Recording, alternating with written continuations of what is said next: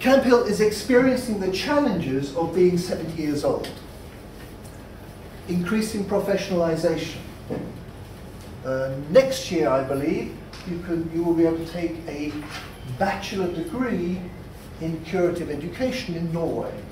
For some years, you've been able to do that in England. That was like, you didn't need that before. In fact, in the early days, they didn't want that. They didn't want to be professional in the way of diagnosis and knowing things. Now, things are changing. Government regulations come in. The government says you have to do this, this, and this. You have to record everything. That, in the early days, was not done. You didn't record things. Even a few years ago, I remember reading a letter from a major international Camphill meeting. We decide, I quote, "We decided not to take minutes from the meeting as this would fossilize something that is alive and fluid." It wasn't a heavy-duty decision-making meeting, but when I joined 10 years ago, after a few weeks, or no, a few months actually, I suggested maybe we should take minutes in the economics meeting, because it's actually, if you just miss out a zero. Do you remember what it was last year we decided? Was it 1 million or was it 100,000? That was just 10 years ago. So record keeping is something that is a big deal now. On the other hand, despite these challenges, Camphill, well, not in spite of, not related to them, Camphill has touched thousands of people. Because like the kibbutz movement, many young people come and spend 6 months or a year, and then go away again. They come back, they go away, they come back, and go away. And I've seen this over the 10 years that I've been associated with my community, that many of these young people come back. I also know from my time on the kibbutz that many volunteers would come back. I was just in a session now where I heard about these people who had been volunteers making films, or they're writing about kibbutz. This is a phenomenon that is the same. That's one way that the community touches the world. That's one of the tentacles. That's one of the interfaces. And Camphill has that. Camphill has some of the answers that we need to get into our next phase. 3 minutes. Good. You've probably heard about the challenges of global warming and all that stuff, pollution, and war. It's bad news out there, right?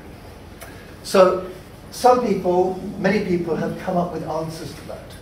Camphill has supplied some answers to that. Certainly ecological wastewater treatment.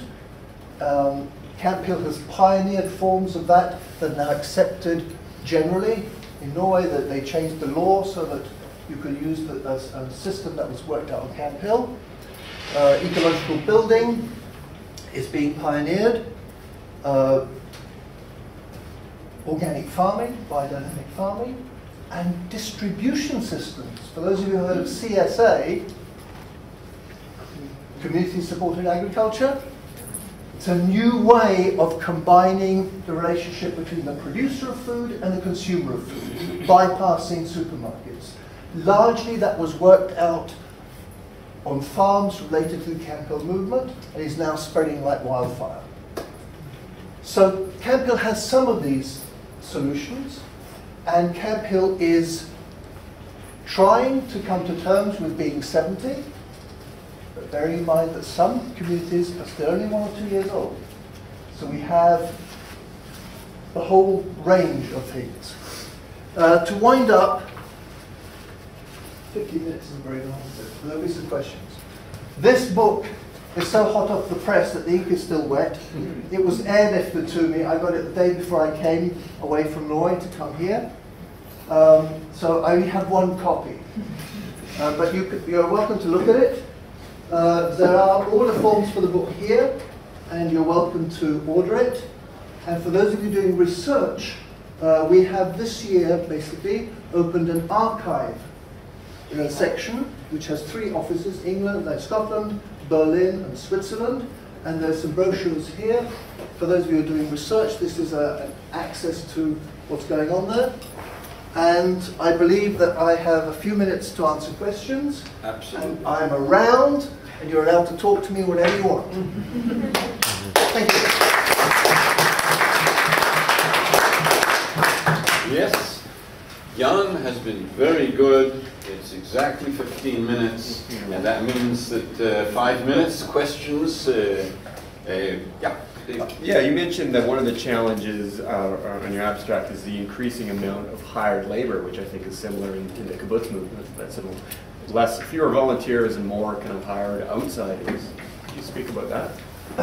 It's exactly the same as the kibbutz, really. It's that there's 2 things that happen. One is the professionalization, so that instead of just building a house, you have to get architects who are certified architects, and instead of just fixing your plumbing, you have to get actually a certified plumber, because otherwise it won't be insured, and blah, blah, blah. That's one side of it, and the other side is that, there is more need for people than there are recruits. This goes in waves, I see, but it's exactly the same phenomenon as on the kibbutz. So those of you who know kibbutz, you'll know the same thing. Short questions, short answers, yeah. Jan, can you elaborate a little about the geographical and demographic aspect of the communities? Yes, short. I think there are about 40 or 50 in the British Isles. There are about something between 15 and 20, I think, in North America. There are 4 or 5 in Africa, mainly in South Africa and Botswana.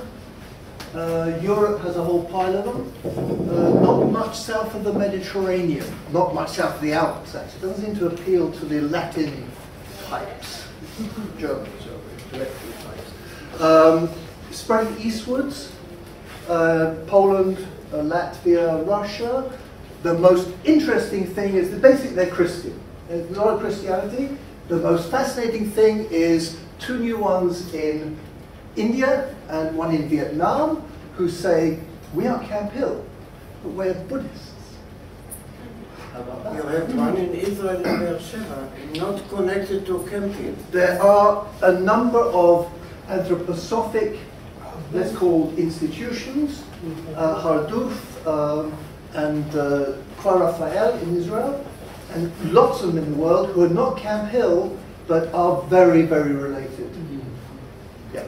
What about the demographic?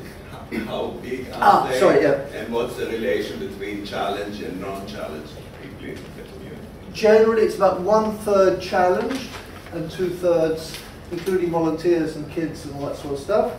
The biggest is Botton with about 350 people. The smallest must be about 10 people, I think. Yeah. We have time for 1 or 2 other questions. Yeah. What do you do about aging? We get older. We try and age. That's done. We try and age gracefully. In Norway, we had 2 national meetings a year. We had our national meeting, I think, 3 weeks ago. The topic was aging. It's called senior politics. So you give it new names. It's part of the process of aging. We try and have pension schemes now. In the old days, we didn't have that. People just got old and you just accepted it. Now we have pension schemes so that you get money for it. And we are now talking about having housing specifically for old people. We have already built 1 house for old age care. It's being done. There is in Scotland, in Aberdeen, the Simeon Centre is a community specifically geared to taking care of old people, both challenged and those who think they're normal.